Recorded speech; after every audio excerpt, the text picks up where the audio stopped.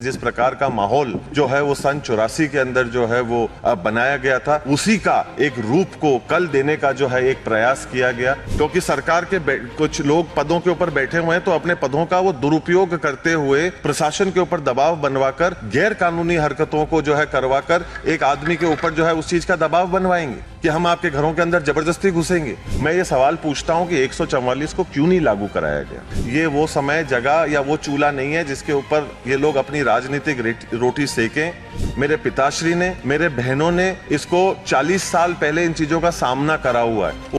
एक दिन से हम लोग अब जो देख रहे हैं उदयपुर के अंदर, सबसे पहली बात तो ये कि एक बहुत ही दुखद और अप्रिय घटना है और ये हमारे को भी आहत करने वाली है, हमारे को भी जो है वो विचलित करने वाली है।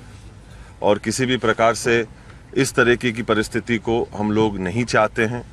ना हमारा कोई इस प्रकार का उद्देश्य है, ना हमारा इस प्रकार से कोई सोच है कि जो हालात बने हुए, कितने सैकड़ों लोग जो हैं इसकी वजह से, एक घमंड और गुरूर की वजह से जो है वो चूर हो रहे हैं और परेशान हो रहे हैं।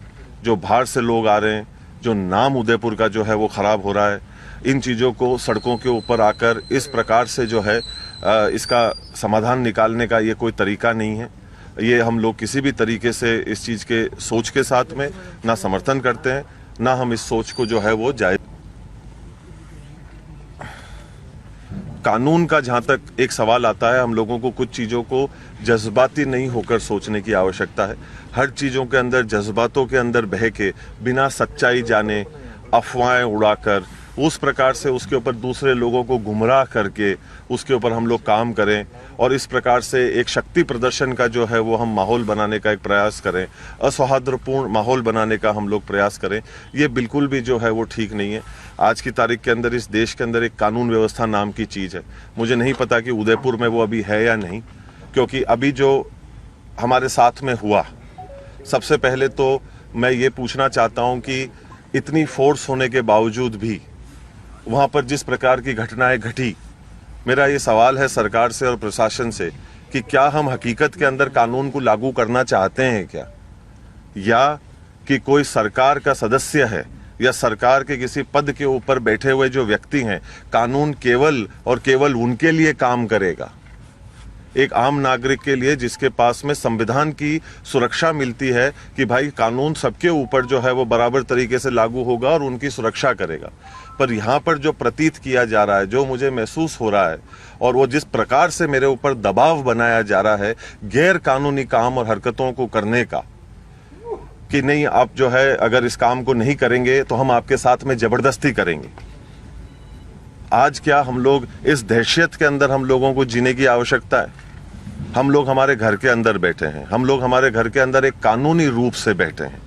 अगर किसी को भी कोई भी किसी भी प्रकार की आपत्ति हो तो वो कानून के दरवाजे, अदालत के दरवाजे, कानून के माध्यम से जो है वो खटखटा सकता है, उनसे जाकर जो है वो सवाल पूछ सकता है।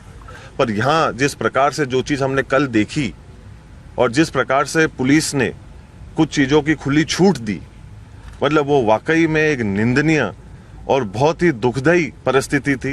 ये परिस्थिति मुझे सन 84 की याद दिलाती है, जिस प्रकार का माहौल जो है वो सन 84 के अंदर जो है वो बनाया गया था, उसी का एक रूप को कल देने का जो है एक प्रयास किया गया। क्योंकि कुछ लोग जो हैं वो सरकार के पदों के ऊपर बैठे हुए हैं, वो जैसा चाहेंगे, जिस तरफ पे सरकार को घुमाना चाहेंगे, प्रशासन को घुमाना चाहेंगे और अपने खुद के निजी फायदे के लिए कानून को किनारे करते हुए अपना जो है वो काम को और अपनी बात को जो है वो मनवाने का प्रयास करेंगे। ये कहाँ का नियम है?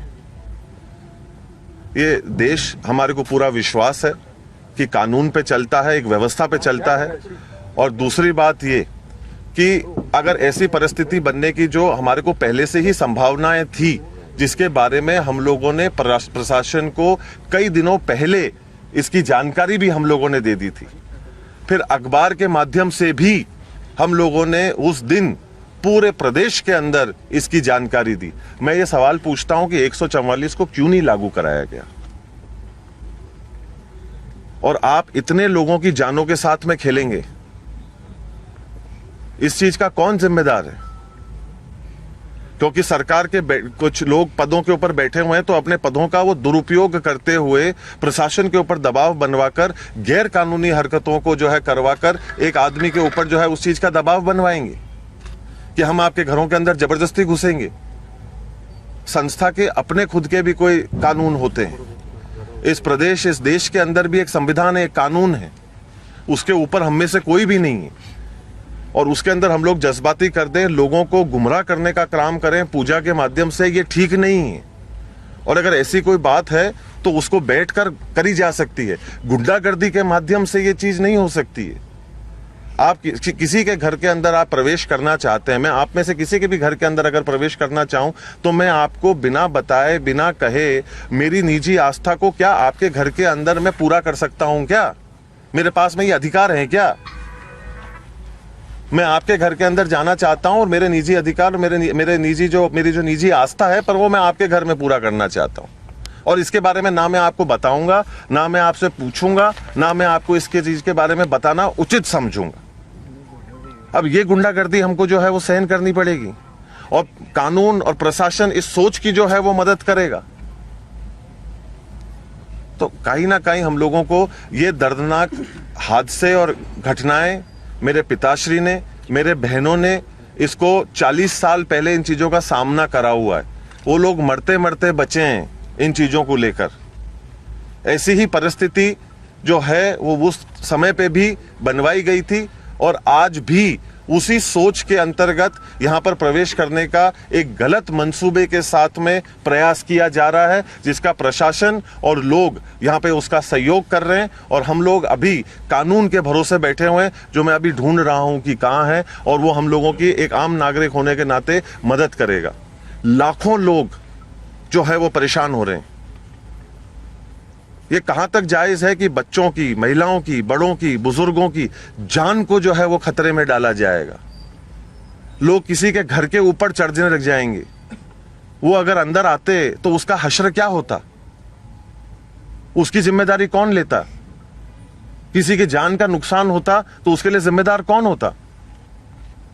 मैं आप लोगों के माध्यम से बड़े विनम्रता पूर्वक ये प्रशासन को, सरकार को आग्रह करना चाहता हूं कि हम लोग थोड़ा सा जागें, और हम लोग हमारे इस सरकार के पदों के ऊपर बैठे हुए लोगों के प्रति का मोह थोड़ा सा छोड़ें, और हमारी जिम्मेदारी के प्रति हमारा पूर्ण विश्वास, समर्थन और सच्चाई और ईमानदारी के साथ में कानून की रक्षा करना, कानून को सर्वोच्च रखना और सही चीज को ऊपर रखने का हम लोग कार्य करें, जिससे कि अमन, चैन, शांति इस शहर के अंदर बनी रहे। जो नाम आज की तारीख में उदयपुर का हो रहा है देश और दुनिया में इन चीजों की वजह से, कि आज हम लड़ाई एक सड़क के ऊपर लड़ रहे हैं, कितनी निंदनीय बात है ये। कितना खराब लगता है कि जब इस प्रकार से जो है खबरें हमारे को देखने को मिलती हैं, जिसके लिए और कोई नहीं, हम स्वयं ही जो हैं वो जिम्मेदार रहते हैं। तो मैं आप सब लोगों के माध्यम से ये आग्रह करना चाहता हूं कि जो लोग बीच के अंदर भी अपना राजनीतिक फायदा देखने का प्रयास कर रहे हैं, ये वो समय, जगह या वो चूल्हा नहीं है जिसके ऊपर ये लोग अपनी राजनीतिक रोटी सेकें। लोगों का जो है वो इस्तेमाल करें, और किसी भी प्रकार से अपने स्वयं के मंसूबों को, अपनी चाह, अपनी इच्छा, अपनी लालच को पूरा कराने का जो है वो रास्ता इस सोच के साथ में जो है वो ना जो है वो जोड़ें। लोगों की जान की कदर करना सीखें। हम लोग ये नहीं कहें कि हिंदुस्तान के अंदर अगर सबसे सस्ती कोई चीज है तो वो इंसान की जान है, ये ऐसा नहीं प्रतीत होना चाहिए। और खास तौर के ऊपर उदयपुर, जो पिछले कुछ समय से ऐसे तत्वों के कारण, ऐसी समस्याओं के कारण वैसे ही झुलस